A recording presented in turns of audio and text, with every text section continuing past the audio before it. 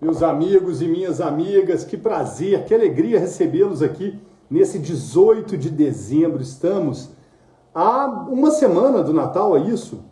Meus amigos, que data linda, que data festiva. E olha, a gente está encerrando o nosso ciclo de lives desse ano, né? Mas hoje receberemos com grande alegria, olha só, esse time de coordenadores, de organizadores dessa obra, que tem o prefácio ministro Ribeiro Dantas, a obra é o CPC na Jurisprudência. Ela é organizada pelo Fernando Tartucci, pelo André Roque, pelo Fernando Gajardoni, Luiz Delório, Marcelo Machado, Rodrigo Leite e Zumar Duarte.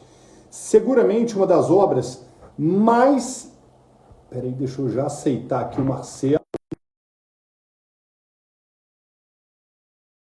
E a Fê também. Que alegria ter vocês todos aqui. E o Delório. Pronto. Uma das obras mais acessadas nas bibliotecas virtuais do país, porque ela, como vocês vão bem entender aqui, pelas mãos dos... Olá, meus amigos, boa noite! Boa noite! Recebê-los aqui. A última vez que eu encontrei o Delório, ele não tinha nem cabelo, Marcelo. Você acredita nisso? Olha como é que... Tá com um belo tupete, né? Implantou o cabelo e deixou crescer. Mas, meus amigos, que prazer recebê-los aqui. Eu dizia que a obra vem surpreendendo o mercado dia a dia pelo dinamismo. É uma obra que bateu recorde de venda em novembro na Foco. É uma obra que vem sendo super acessada nas bibliotecas virtuais em todas as faculdades de direito do Brasil que assinam a Pearson. Então, não é à toa, é em tempo e estamos aqui para falar dela. E para começar, para que eu não roube o tempo de vocês que nos assistem ao vivo, em reprise, no Spotify, ou que Fernando Tartucci não está conseguindo... Fê, tenta acessar pelo celular, em computador não dá. Ou pela Martins Fontes, ou pela Amazon. Eu recebo agora, então, Marcelo e Delório para explicar o conteúdo, a que veio essa obra, porque é a obra de jurisprudência mais importante do Brasil hoje. Professor Luiz Delório, a palavra é toda sua. Seja bem-vindo, meu amigo. Obrigado, Léo. Obrigado, pessoal que nos assiste, tanto quem assiste ao vivo como assiste depois. Estão me ouvindo bem? Muito bem. Maravilha. Gente, aqui está nossa obra, o CPC na Jurisprudência. Vejam que ele já é bastante gordinho, e isso porque o pessoal da editora fez milagre para conseguir colocar numa fonte que a gente consiga ver. Qual que é a ideia central do livro? Você que já pesquisa jurisprudência nos sites, sabe que muitas vezes quando a gente vai fazer a pesquisa, vem um julgado que não tem nada a ver com o que aqui a gente quer falar. Então, por exemplo, se a gente quer pesquisar algo relacionado a um assunto de direito processual, por exemplo, recurso especial, todas as decisões judiciais do STJ vão aparecer o nome recurso especial. Então, esse trabalho nosso é de literalmente garimpar, ir atrás de quais são as decisões pertinentes para aquele assunto. Então, abaixo de cada um dos artigos do código, a gente tem um julgado relacionado àquilo, desde que, claro, seja pertinente. Existem artigos que não têm ainda uma decisão que seja pertinente para aquilo que a gente está pesquisando. Se é essa situação, então a gente simplesmente deixa o artigo. Então, isso aqui é um código, né? Para você pesquisar, é propriamente o código, para que tenha essa situação.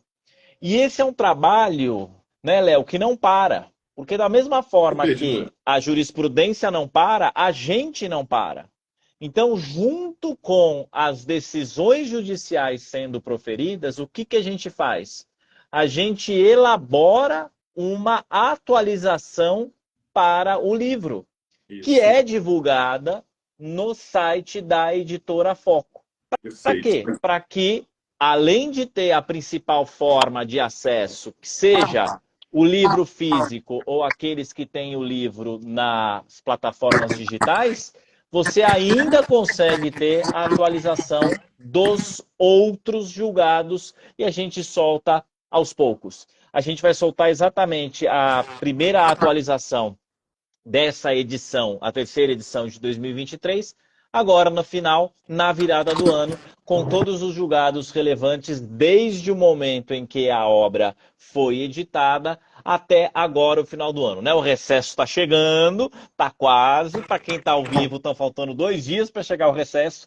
E aí, depois que terminar o recesso, a gente vai pegar todos os julgados e, com isso, a gente coloca à disposição dos nossos leitores para acompanharem. Muito bem, muito bem. Obrigado por essa introdução, Luiz Delori. Sempre um defensor da ideia de que esse livro precisa e tem que estar par e passo com a jurisprudência, porque senão ele perde o seu objeto. E aí são horas e horas discutindo aqui em como a gente faz, como é que a gente pode melhorar, diagramação, cor da fonte, quando que sobe, o que está no site, o que não está. E a Fê. Boa noite, Fê.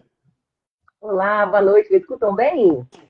Doutora Fernanda Tartucci, a intimidade é um problema, né, Fê? Olha, Fê, eu vou pedir só para você verificar a sua conexão, porque você acabou de dar uma super travada. Enquanto você verifica, vou dar boa noite para o Rodrigo, que já está aqui com a gente. Rodrigo, boa noite. Oi, Léo, boa noite, Fernanda, boa noite, amigo Delori. É uma honra participar dessa live de retrospectiva 2023. A honra é toda nossa. Muito obrigado por estar aqui conosco. Para a gente é uma alegria enorme ser a casa editorial de vocês, com uma obra tão séria, uma obra que merece, de fato, a nossa atenção. É difícil fazer um livro desse tamanho hoje no Brasil. Os custos de papel são astronômicos. A gente concorre com a China nesse insumo tão simples, né? E olha o tamanho, a Fê mostrando aí, é uma obra que, de fato, nos orgulha muito e que vem ganhando muito espaço no mercado, não só da advocacia, mas também dos estudantes de direito. Fê, agora que sua conexão está restabelecida, a palavra é toda sua. E, Luiz Delori, me diga aqui a ordem, se estamos os 4 da primeira sessão. Eu convidei o Marcelo gentilmente já saiu, mas ele volta, então, na segunda parte, junto com o Zumar e com o André, se eles puserem, e com o Gajardoni também, né? Mas... Primeiro a gente vê a boa noite da Fernanda e depois eu começo a falar. Boa, vai lá, filha. Muito bem, saudações. Me escutam bem? Super bem. Então tá ótimo. Uma alegria estar com vocês. Uma coisa que eu não comentei é que eu gostei muito de atualizar o livro, porque é muito legal a gente vendo os acordos que estão na base. Agora não? Não, Fê está chiando muito. Delori, para você, a Fê está chiando? Também está chiando. Acho que o contato dela não está bom. Para você também, Rodrigo? Tá bom.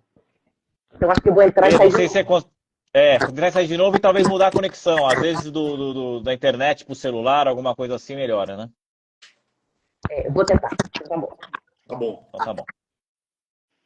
Delori, tá Então, com... Léo, enquanto a gente aproveita a saída e a volta da Fê, vamos começar aqui que nosso objetivo hoje é trabalhar com as principais decisões do ano de 2023 relacionadas ao livro. Sejam elas decisões que já estão no livro, sejam elas decisões que estarão disponíveis no livro nessa atualização. E aqui eu acho importante destacar o Rodrigo Leite sempre muito discreto, né, Rodrigo? O Rodrigo tem hoje, Léo, o principal trabalho, um dos principais autores que faz a análise do que a gente pode chamar de direito jurisprudencial, que é exatamente esse acompanhamento da jurisprudência nos tribunais. Rodrigo tem canal no WhatsApp, tem canal no Telegram que faz isso, e ele então aí é o principal responsável por nos auxiliar com essa atualização, e nos nossos debates a gente está sempre discutindo isso. E para começar a falar, pessoal, a respeito da discussão relativa a julgados de 2023, a gente tem até uma dificuldade de selecionar isso, não é? Porque os nossos tribunais, especialmente os tribunais superiores, eles produzem muito. E a gente tem agora, na última semana útil de dezembro, ainda uma série de decisões relevantes que podem ser proferidas. É exatamente por isso que a gente está esperando começar o recesso, para que a gente tenha a possibilidade de soltar a atualização o mais adequada possível para o nosso leitor. E um dos temas de minha predileção é o tema da coisa julgada.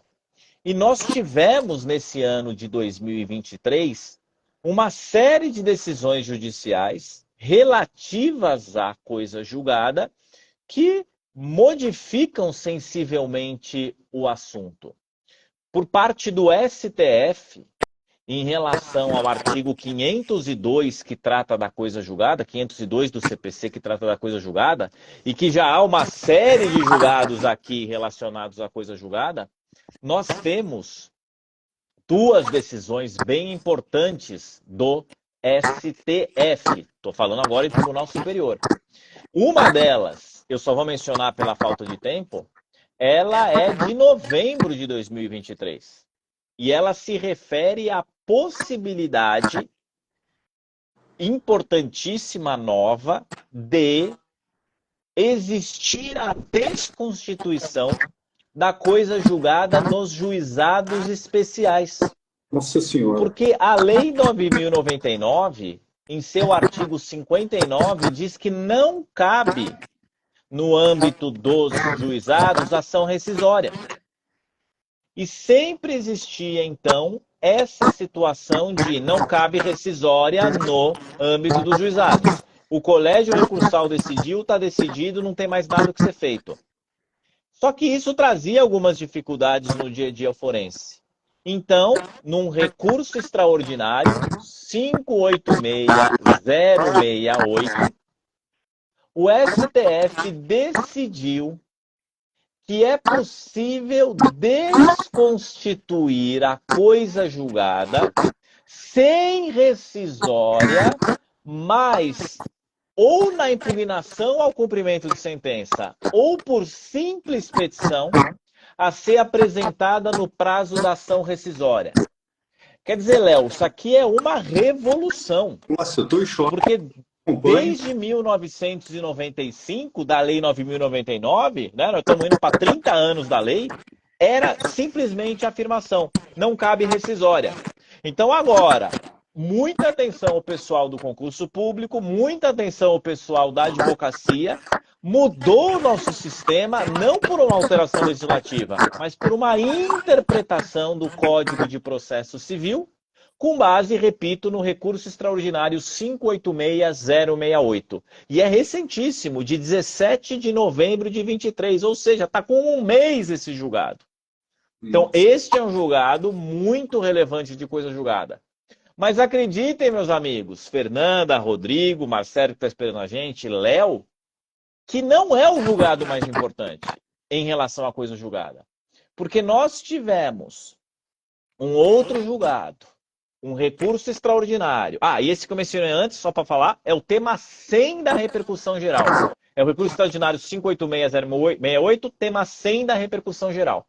E o outro julgado, ele é o tema 881 e 885 da repercussão geral, recurso extraordinário 949-297. Mas é mais fácil localizar pelo tema 881 e 885. Ele foi julgado inicialmente no começo do ano, no primeiro semestre, só que depois ele foi objeto de embargos de declaração, e muita gente, eu também, acreditava que ia mudar a posição do STJ no âmbito dos embargos de declaração, e não mudou. E foi divulgado, foi publicado o acórdão do embargos de declaração em 27 de novembro, ou seja, não tem nem um mês. Então é tudo muito recente. E qual é a posição relacionada a esses temas 881 e 885? A questão é a seguinte, se muda o entendimento do STF a respeito de uma matéria, primeiro foi só para tributário, mas pode eventualmente depois abrir para outras hipóteses. Então o caso que a gente está analisando é especificamente de tributário. Então um tributo que antes foi declarado constitucional, com decisão transitada em julgada. Se depois vem uma decisão do STF e diz que aquele tributo é constitucional, o que o STF decidiu nos temas 881 e 885? Não precisa nem de ação rescisória, automaticamente acontece a quebra da coisa julgada. Então, e nós estamos agora no momento de reforma tributária que acabou de ser aprovada, né? Isso daí é um indicativo para nós que vem por aí. Se eu tenho um tributo, e o tributo especificamente foi o CSLL, a Contribuição Social sobre o Lucro Líquido, várias empresas tinham decisões transitadas em julgado dizendo o quê?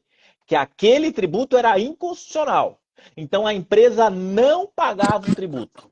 Depois que o Supremo disse que aquele tributo era constitucional, o fisco começou a cobrar esse tributo. Aí as empresas iam ao judiciário e diziam: judiciário, eu tenho coisa julgada dizendo que eu não preciso pagar, que o tributo é inconstitucional. Primeiro grau deu ganho de causa às empresas, segundo grau idem, STJ também, em recurso repetitivo. E aí neste ano o STF mudou tudo. E disse, a partir do momento que eu, STF, decidi que um tributo é constitucional, e a decisão, a tese diz exatamente a palavra automaticamente, deixa de existir a coisa julgada. Sem a necessidade, Léo, sequer de ação rescisória. É uma baita insegurança jurídica. Mas o Supremo vai modular isso. Embargos de declaração divulgados, decididos agora em novembro. Não modula. Então, desde que o Supremo disse que o tributo é inconstitucional, todo aquele tributo que fisco foi lá e cobrou, as empresas vão ter que pagar. Isso não existia até o início deste ano. Isso agora tem que ser incorporado à nossa visão de coisa julgada, tem que ser incorporado ao artigo 502 do Código de Processo Civil. E, já falei muito para encerrar a minha participação, a tese foi assim fixada. As decisões proferidas em ação direta de constitucionalidade, ou seja, controle concentrado, ADI, ADC, ADPF, e com base em repercussão geral, ou seja, também controle difusos, interrompem automaticamente, olha a palavra, automaticamente os efeitos temporais das decisões transitadas em julgados das relações tributárias de trato sucessivo. Então, mais uma vez, ao pessoal da advocacia e ao pessoal do concurso, muito cuidado com isso. Vamos continuar acompanhando o que o STF vai dizer em relação a isso.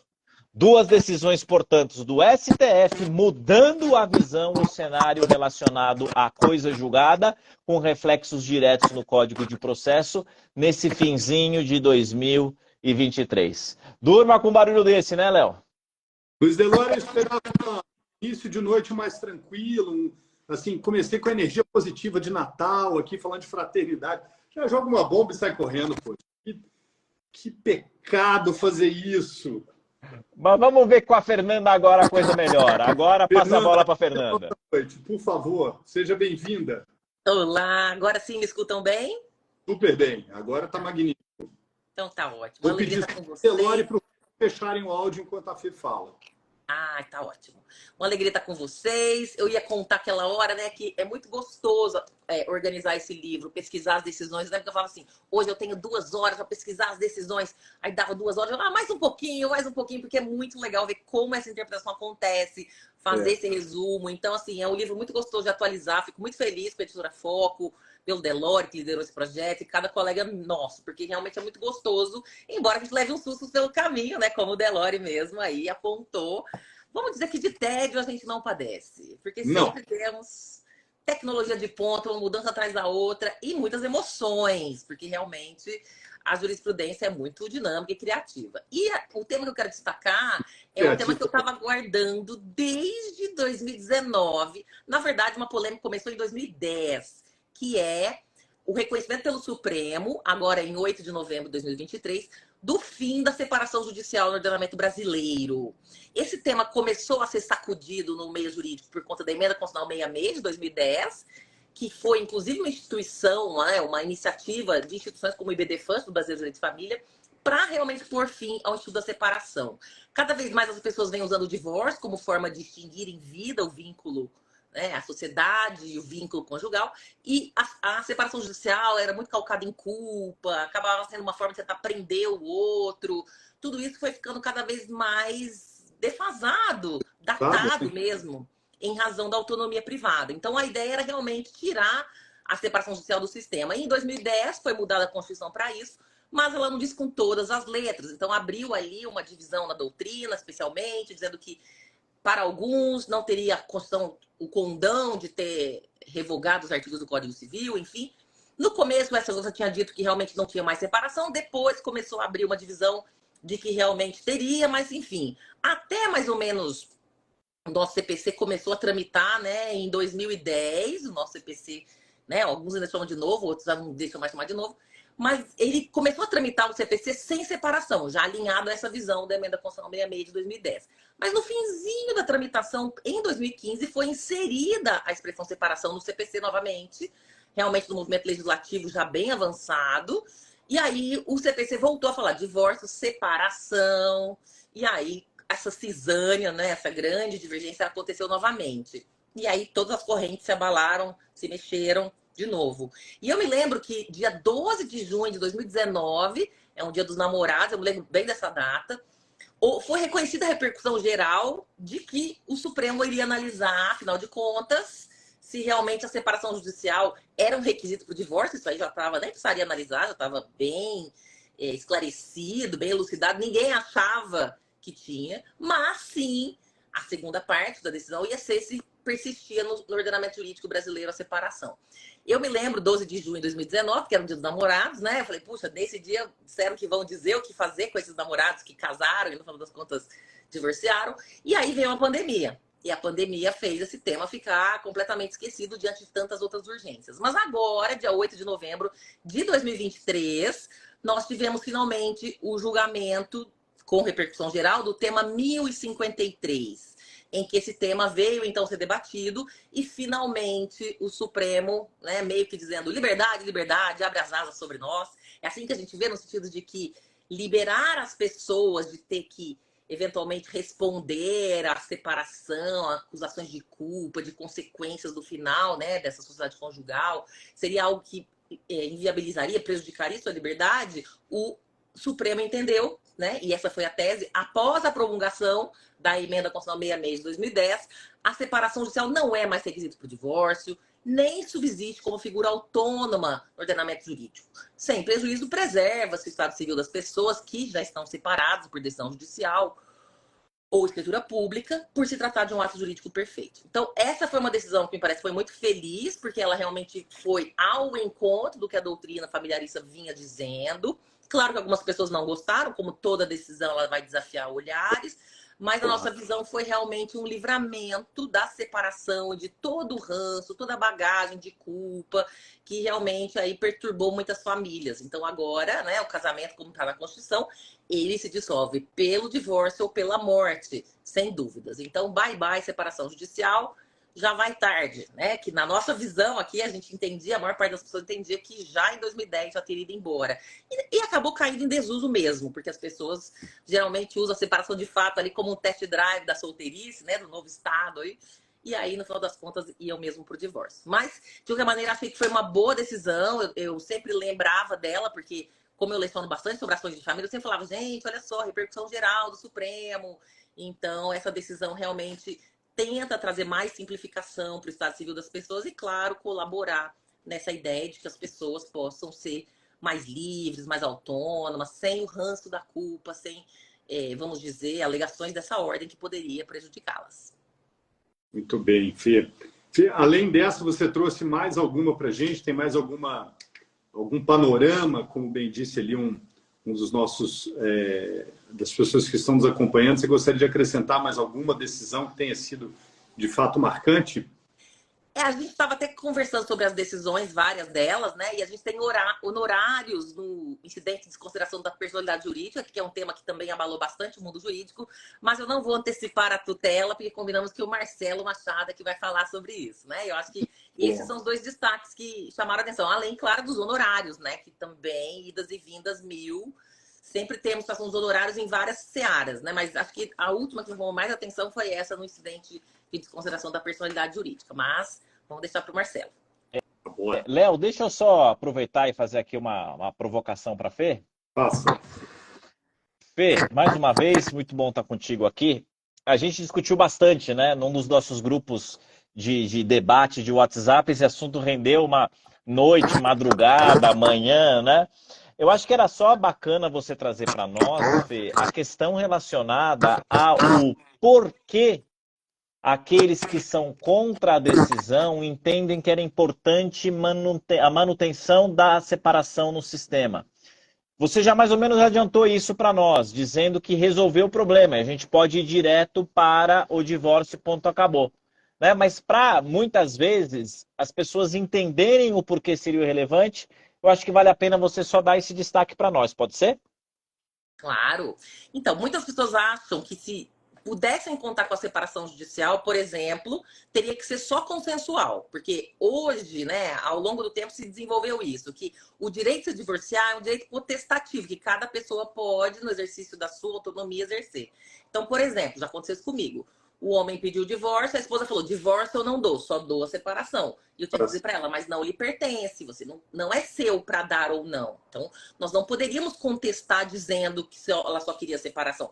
Era difícil dela entender, tá, Delora? Porque como estava na lei, falou, mas a lei não fala em separação? Eu só quero a separação.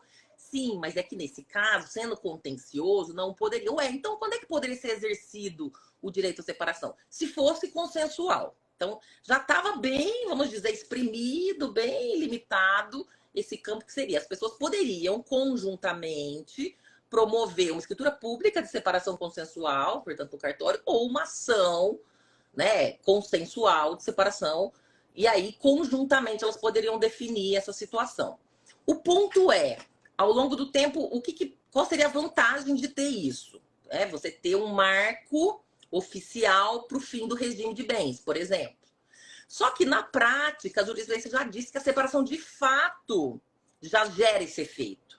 E nós sabemos que até a pessoa ir no cartório fazer uma escritura pública, ou até ela entrar na justiça fazer escritura pública, já passaram-se alguns dias. Então, mesmo esse marco, dificilmente ele era preciso. Isso poderia dar polêmica de toda forma. Olha, a gente foi no cartório dia tal, mas já tinha separado de fato tantos dias antes. Então, as pessoas que são contra essa extinção diziam, mas no exercício da autonomia, justa autonomia, né? Que é sempre o fundamento para os dois sentidos. E se a pessoa quiser fazer?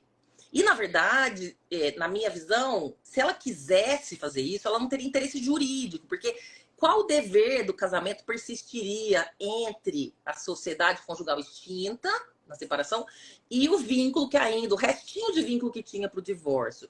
Segundo a doutrina, nenhum dever do casamento mais, nem de coabitação, nem partilha de bens, permaneceria o da solidariedade. Então, a gente brincava, se o ex ficasse doente, a esposa teria que cuidar dele, ou vice-versa, o que não faria o menor sentido. Isso também já foi perdendo o uso. Então, no final das contas, ficava sendo meio, na minha visão, um vínculo meio baseado em situações emocionais, eu estou em dúvida, quando a separação de fato já é o test drive, que eu mencionei para vocês, mais comum, ou religioso, alguns dizem que a religião não permite, acho que até é um requinte da religião, né? Como é que a religião permite separação e não divórcio? Quer dizer, é uma religião toda calcada aí nas diferenças dos institutos jurídicos, né? Se é que isso é verdade mesmo.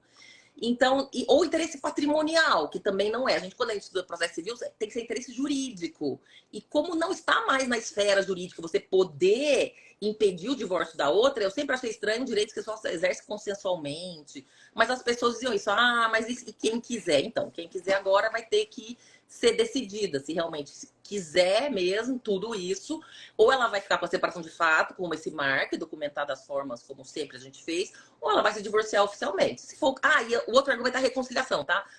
Mas uma vez separado, a pessoa poderia reconciliar, se não, ela tem que casar de novo. Então, se aquele casal, né, divorciou, casa de novo. Também acho que são insignificantes esses casos, tanto de, enfim, reatar, e também acho que isso não é fundamento jurídico. Casa de novo, pra mim não tem problema nenhum. Aliás, uma curiosidade, uma vez eu vi um livro dos records, e o casal que mais vezes casou e divorciou, se divorciou 22 vezes, se casou 23 vezes. Um com o outro. Vê se pode, que povo insistente. Vamos usar essa palavra. Tinha aquela palavra, errar humano, repetindo erro burrice, agora 23 vezes, aí realmente... 23 vezes. Fala a verdade. Então, casar de novo, não tem problema. Chama nós pra festa, de preferência, que é mais divertido, né? Uma balada boa, que é o casamento, Acho que tem uma música sertaneja que eu não sei nada de música sertaneja, mas eu já ouvi certa vez algo dizendo assim que o melhor era a reunião, a voltar, né? Brigar para voltar. Né? Acho que é uma história. Pois é, esse casal aí do Guinness Book deve ser adepto Ah, aí dessa sertaneja. inspiração total. Muito bem, Fê. Obrigado. Delore, volta a palavra para você. Agora, então, Léo, a gente vai fazer uma troca, né? Eu vou sair da sala, o Marcelo entra na sala, e aí a ordem nossa vai ser o primeiro vai falar o Rodrigo, depois falando o Marcelo, e aí provavelmente a Fê faz o encerramento. Beleza. Perfeito? Até já, meu E amigo. para os nossos amigos que estão nos acompanhando, mais uma vez, muito obrigado. Um abraço. Boa noite para aqueles do ao vivo. Boa manhã, tarde, madrugada para quem está vendo a gente depois. Até mais. Obrigado. Rodrigo, a palavra é sua, né, Fê? Seguindo a ordem. Isso. Esse ano, Léo e Fernanda, aconteceu, está escutando bem? Sim, muito bem. Aconteceu um fenômeno interessante para quem acompanha o direito jurisprudencialista, né, jurisprudencial. Os órgãos máximos, tanto do STF, que é o plenário, quanto o órgão máximo jurisdicional, o STF. Oi, meu querido. Tudo bem, pessoal? Estou de volta aqui. Marcelo. Eles tomaram decisões importantes, né? Assim, lógico que a maior parte das decisões são sumárias, mas nós podemos citar o tema 100, que ela falou, o tema 881, da coisa julgada, o tema 1053, que a Fernanda falou, a consideração da constitucionalidade das medidas atípicas, 139, inciso 4, e aquele dispositivo 144, inciso 8, que o Supremo decidiu também. Ou seja, o plenário do Supremo, esse ano, tomou 4 decisões importantes, né? 3 delas foram comentadas aí. E também a Corte Especial do STJ tomou várias decisões importantes. A Secretaria é uma decisão de abril não é inédita essa decisão, mas, na verdade, é uma decisão que, sob o ponto de vista prático, eu que analiso as decisões do STJ diariamente para alimentar o canal, dificilmente há um dia em que essa decisão não é citada. É a decisão que foi tomada por 8-5, relatou o ministro João Otávio de Noronha, permitindo a penhora de salário. Né? O artigo 833, inciso 4, enumera lá que salários, remunerações, montetios, proventos são impenhoráveis. Inciso 4. O parágrafo 2º faz uma ressalva. Diz que são penhoráveis as prestações alimentares de qualquer valor e as demais acima de 50 salários mínimos. Esse dispositivo, na época, foi muito criticado no âmbito legislativo, porque, para a realidade brasileira, 50 salários é um valor muito alto. Então, se tornava inviável penhorar, ou se tornava muito difícil penhorar, um valor salarial desse montante. Então, o STJ, em 2008, um acordo do ministro Benedito, depois, em 2019, um acordo da ministra Nancy, e agora, em abril, um acordo do ministro Otávio, é criticável. Mas ele não declarou a inconstitucionalidade do dispositivo, mas simplesmente disse que é possível a penhora de salários, montetios, proventos, etc., desde que preservada a dignidade da pessoa do executado. Então, essa decisão tem um aspecto prático muito grande. Dificilmente, como eu alimento o canal todo dia, dificilmente há um dia em que essa decisão não seja replicada pelas turmas. Então, eu reputo como a decisão mais importante do ano. Como eu disse, não é inédita, mas tem um aspecto prático muito importante. Foi tomada por 8-5, mas, apesar disso, é replicada em todas as turmas. Assim, o STJ, aparentemente, pelo menos por enquanto, ele não dá sinais que irá rever esse entendimento. Até os ministros vencidos estão aplicando esse entendimento. Então, essa, para mim, é a decisão mais importante do ano. Outra decisão que o STJ tomou, eu vou falar rápido porque, como são muitos, o ideal é que a gente fale o maior número dessas. O STJ interpretou o tema 1059, o artigo 85, parágrafo 11, é um dispositivo que diz mais ou menos o seguinte: haverá honorários advocatícios sobre o trabalho que o indivíduo, o advogado, realizar no tribunal. O STJ, interpretando esse dispositivo, qual era a ideia desse dispositivo? Era diminuir a recorribilidade. Você foi condenado em primeiro grau, se você recorrer e perder, os honorários serão majorados. A minha experiência aqui no tribunal viu que esse objetivo não foi alcançado. Assim, não diminuiu absolutamente nada o número de recursos. Essa ideia do legislador foi por água abaixo. Mas o STJ interpreta esse dispositivo da seguinte forma. 85, parágrafo 11. Ele entende que esse 85, parágrafo 11 se aplica para recursos não conhecidos ou não providos em decisões tomadas após a entrada do CPC, em decisões tomadas após o CPC 2015, e não pode superar o teto do artigo 85, parágrafo 3º. Então, assim, o ministro Domingues, quando ele relata, ele diz que a finalidade do dispositivo é penalizar a parte que recorre contra algo de pouca frutuosidade. Então, essa decisão também pacifica o entendimento das turmas, que haviam cerca de 10. Eu reputo, é o tema 1059, reputo como uma das mais importantes do ano. A última decisão, para não tomar tempo de Marcelo, é uma decisão que também a Corte Especial tomou no processo do Gustavo Araújo. Ele passou a admitir que aprovar o feriado local, aquele famoso feriado local que a gente discute sempre no grupo, o indivíduo pode retirar, comprovar a tempestividade através de link ou calendário do site do tribunal local. Então, Marcelo, que está no Espírito Santo, ele pode dar um print na tela, no feriado lá do TJ do Espírito Santo, colocar um recurso para comprovar a tempestividade. Essa decisão também é importante porque dissipou uma divergência no tribunal. E, aliás, o STJ não admitia isso. Então, a Corte Especial reverteu a jurisprudência e, na minha opinião, reverteu de modo correto, admitindo que o indivíduo comprova o feriado por meio de calendário extraído do site do tribunal local. Havia outras decisões, mas eu não vou poder falar muito para dar a palavra ao querido Marcelo. Se sobrar mais tempo, eu vou das demais. Muito bem, Rodrigo. Seguramente também as decisões acrescentam muito no nosso diálogo aqui, nessa noite, dessa revisão, de repassarmos os principais pontos trazidos pelos tribunais superiores. Fê, agradecendo ao Rodrigo, devolvo a palavra para você. Oi, muito obrigada. Muito interessante considerar essas decisões, né? Porque a gente vive aí nessa grande mudança e é muito legal contar justamente com o Rodrigo, né? Como disse o Delore, porque ele vai fazendo esse acompanhamento ótimo e o nosso material, ressaltando mais uma vez, vai para o site depois para vocês. Então, vocês vão acompanhando, né? Quem adquire o livro vai ter o acesso, né, Léo?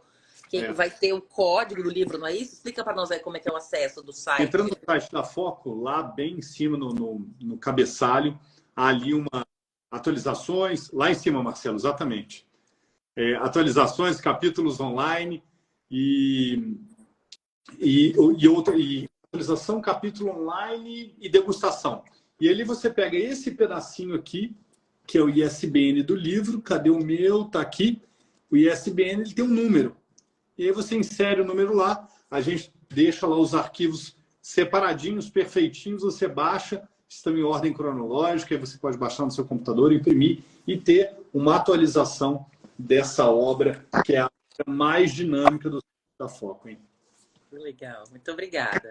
É isso aí, é isso. A advocacia tem que ficar muito atenta, porque realmente, né, veja, esses temas quando aparecem, onde buscar? Tem tanta decisão, tem tanto link, tem tanto site, que realmente esse trabalho que a gente faz de fazer essa suma, né, esse pequeno resumo antes, para dar aí, vamos dizer, a razão de decidir, faz toda a diferença. Então, muito legal escutar vocês. E agora vamos escutar, então, o Marcelo.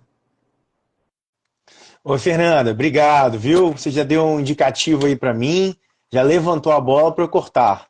Rodrigo, tudo bem? Léo, um abraço para vocês. Olá, imenso prazer estar aqui. E aí, né, aquele negócio, né? Eu sou advogado, né? E aí, em 2020, vou eu e sou vitorioso como advogado numa situação do incidente de consideração de personalidade jurídica, que era um valor até significativo. E aí, sabe, doutora Fernanda, a gente, como advogado, a gente busca fazer a coisa certa também, né? E uma das coisas que a gente critica, e a gente já teve várias vezes criticando, é a seguinte: os advogados interpõem recursos demais, por qualquer motivo. Então, a partir do momento em que há a formação de um precedente sólido, com debates significativos no STJ, e esse entendimento é fixado contrariamente àquela que seria a sua pretensão recursal, o que a gente faz? Não recorre.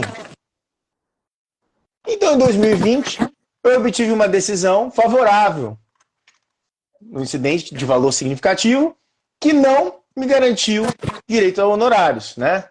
No caso aqui, eu estava para o terceiro, que queria ser incluído ao polo passivo de uma execução. A prova foi um processo super complexo, demorou vários anos esse incidente. E aí, fomos vitoriosos. E aí, a minha orientação para mim mesmo, né, porque os honorários eram meus, foi de não recorrer. E o que eu fiz? Eu não recorri, porque afinal o STJ tinha acabado de definir a questão aqui, e aí eu faço essa introdução porque eu estou falando do recurso especial número 1845536, que foi julgado em maio de 2020. A gente confia na jurisprudência, né? Ou a gente quer confiar na jurisprudência. Deveria confiar na jurisprudência. E aí a gente viu que teve um debate lá interessante, né? Esse processo foi relatado pela ministra Nancy Andrighi.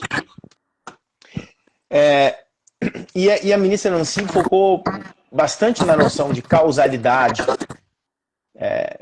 dizendo que aquele sujeito que é o credor e que está fazendo tudo aquilo que esse credor pode fazer para tentar a satisfação do seu crédito em função de uma sociedade que é inadimplente, é um exercício legítimo de um direito. Então não existe aí uma relação de causalidade quando esse indivíduo, eventualmente, visa a incluir ao polo passivo da relação jurídica processual um sócio da empresa, com base naquelas hipóteses do Código Civil.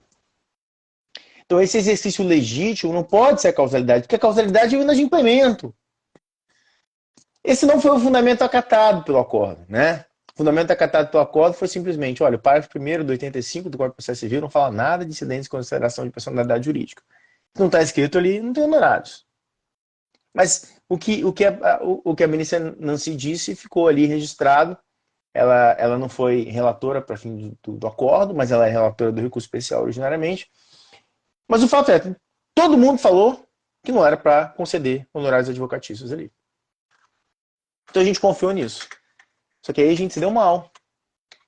Então, assim, eu vou falar aqui para vocês, como desabafo. Adoro desabafar, viu? Porque advogado sofre, né? Quando encontra outros advogados, a gente busca aquela sensação assim, do desabafo, né? Então, assim, nunca mais, tá? Agora eu recorro de qualquer coisa. Ah, mas tá contra a jurisprudência. Não sei, daqui a pouco muda esse troço. E aí eu deixo, né? Porque eu vou ajustar uma rescisória aqui? Não sei, eu não vou ajustar rescisória nisso.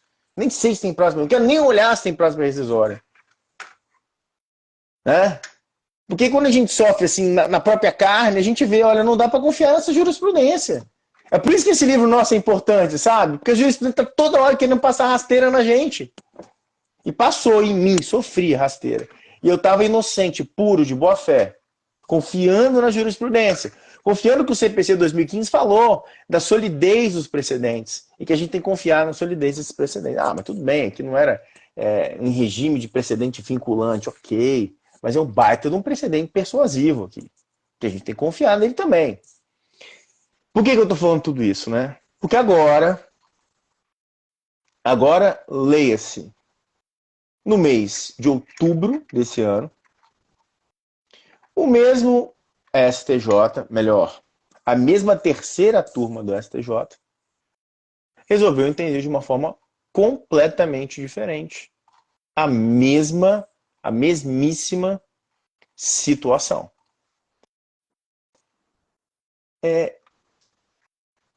A ministra Nancy proferiu o mesmo voto.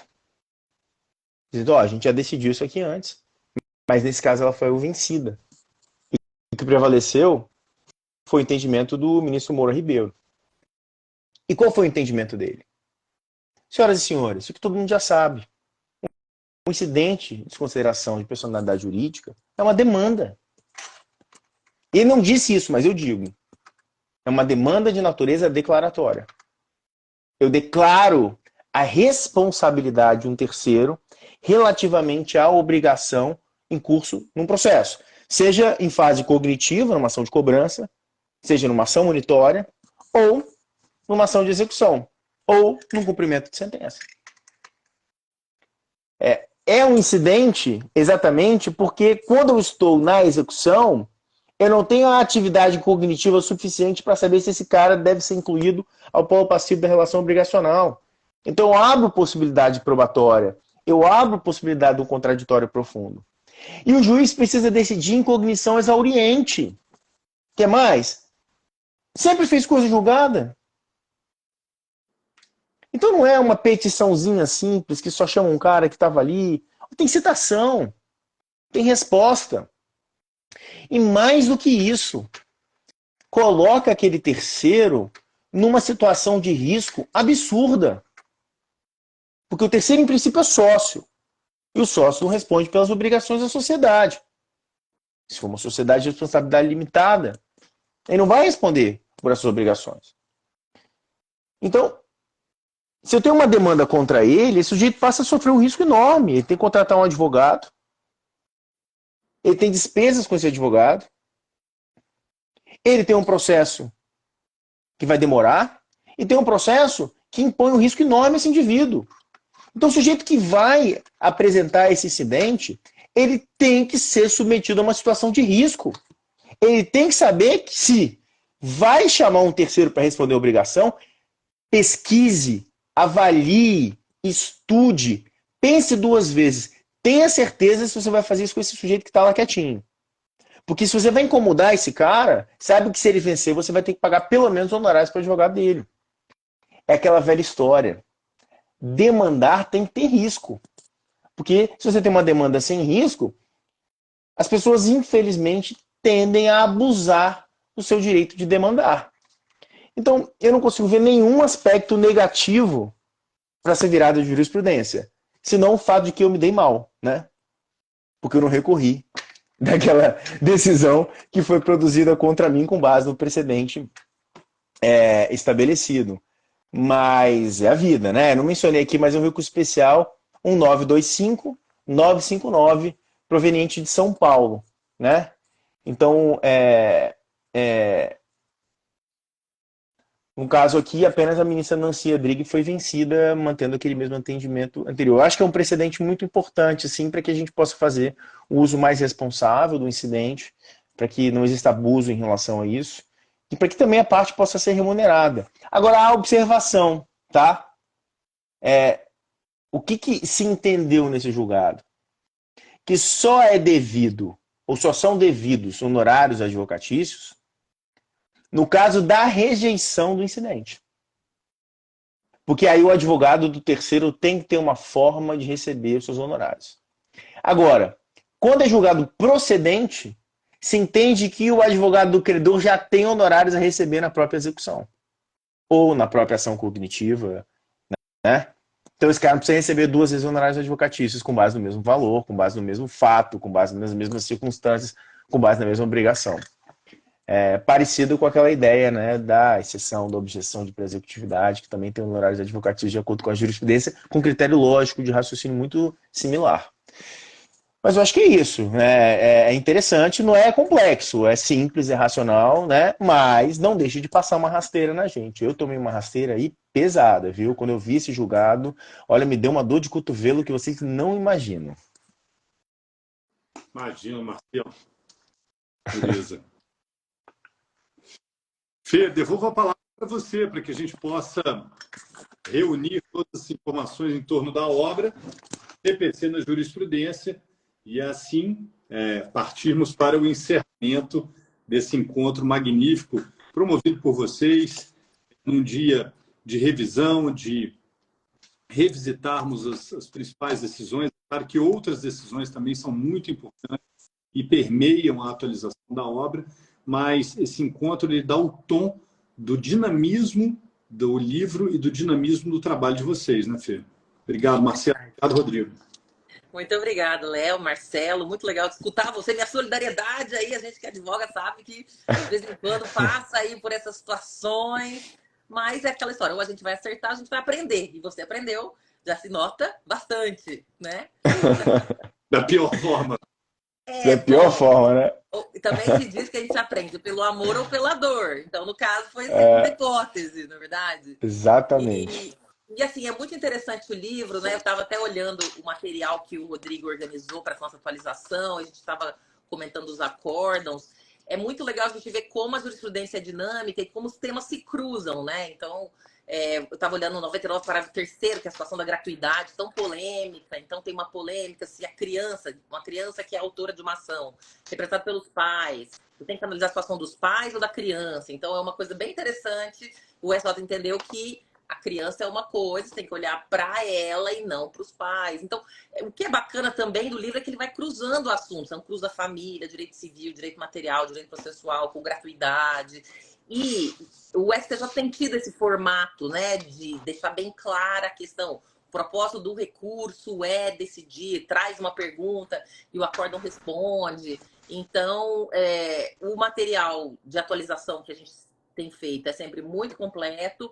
Estava olhando aqui em Word 60 folhas, né, Rodrigo? Estava olhando o material aqui. Material bem rico, você vai passando e fala, nossa, é mesmo. Porque a verdade é que a gente vai vendo muitas decisões. Existe uma profusão de decisões, como a gente comentou no começo. E sistematizar isso é um desafio. Não é à toa que nós somos um time aqui de coautores. E a gente troca ideias entre nós. Enfim, é meio que uma curadoria de conteúdo. E a gente vai fazendo essa filtragem para lembrar aquilo que é mais importante. Então, esse livro já me ajudou muito, por exemplo, antes de dar aula, ou quando quis me atualizar sobre um caso novo, de um tema que há tempos eu não visitava. Então, acho que o CPC da Jurisprudência tem sido realmente, não é à toa que tá na 3ª edição, a gente agradece muito aí a acolhida, tanto da editora, Léo, na sua pessoa, como do público, né? Porque chegar na 3ª edição a gente sabe como é desafiador. E volta e meia saem uns links, né? De que tem um link que disponibiliza jurisprudência, a gente vai olhar lá, é uma coisa assim, meio básica. E aqui tem essa curadoria de conteúdo humana, né? Que a gente vai ler o acordo, a gente vai fazer associação, a gente vai fazer essa conexão. Então, realmente, o livro tem essa função de trazer essa suma, esse resumo, esse, vamos dizer, o coração da decisão para ajudar todo mundo nessa situação de profusão de decisões. Lembrando até que às vezes a gente tem que colocar, né? É cabível tal instituto. É em sentido contrário, não é cabível. A gente também tem o cuidado de colocar as duas vertentes sempre que possível, porque a ideia é que a obra possa realmente ser útil para as pessoas, quaisquer que sejam as situações, para que ela possa analisar livremente a adequação de uma ou outra. Então, uma alegria estar com vocês. E aí, passo as palavras finais aqui do Rodrigo, depois do Marcelo. Eu posso só jogar a bola para buscarem aquela decisão também tomada pela Corte Especial da impossibilidade de execução provisória de multa? Entenderam daquela decisão? Como a decisão mais polêmica, né? É um julgado que dividiu a Corte Especial e dá sinais que será um tema que será revisitado pelo STJ. Eu concordo com a corrente vencida. O que vocês acham também? Verdade, boa lembrança, né? Tem isso também, a luta continua e até ter um precedente qualificado que realmente a Corte Especial, né, diga. E é isso. E eu sempre gosto de lembrar que mentalidades demoram a mudar. Então, a gente também vai tendo essas resistências no meio do caminho. Obrigada, boa lembrança, Rodrigo, muito importante mesmo. Marcelo? Rodrigo, então eu agradeço aí e comemoro a gente ter tido essa oportunidade, Léo também, Fernanda também. Foi muito bom estar aqui com vocês. Eu gosto muito de estudar a jurisprudência, né? E até porque eu sou chato, que eu implico, né, com a jurisprudência, né? Eu gosto de comentar assim de uma forma implicante, principalmente com essa jurisprudência cambiante que a gente tem, né? Porque a gente julga demais, a gente julga processo demais, tem muita decisão, e quando a gente julga demais, a gente acaba tendo oportunidade toda hora para mudar de ideia, né? As cortes superiores que conseguem ter mais estabilidade são cortes que normalmente julgam muito menos. E às vezes tem o poder de dizer, não vou julgar, porque não me sinto pronto ainda para decidir isso. Então essa instabilidade é característica do nosso sistema. Mas a gente está aqui para trabalhar. O nosso trabalho é garimpar isso, simplificar isso e tentar trazer alguma racionalidade para esse caos que é a quantidade de julgados que a gente analisa, né? Extrair precedentes de julgado é algo complicado. Verdade. Meus amigos, eu posso agradecer a Fernanda mais uma vez, me ajudando aqui a conduzir um encontro como esse, nessa terceira edição. Sabemos da dificuldade que é ter um livro desse, mas o que nos a alegria não é só ver o encontro de vocês, mas sim o reconhecimento do mercado em torno dessa obra, reconhecimento do trabalho de garimpo de vocês, para que os estudantes, advogados e operadores do direito tenham a melhor ferramenta possível em mãos. Nesse clima de fraternidade que eu amo, sou apaixonado pelo Natal, eu queria agradecer a presença de todos, agradecer ao trabalho de vocês que engrandece muito o nosso empenho editorial, a nossa vertente editorial aqui na Foco, e desejar a todos que nos acompanham ao vivo, em reprise, um Feliz Natal, que fiquem todos, qualquer que seja, com Deus e com muita saúde. Boa noite, obrigado. Continuem nos acompanhando. Marcelo, Rodrigo, Fernanda, prazer sempre tê-los aqui. Uma boa noite. Obrigado. Boa noite, obrigado, abração.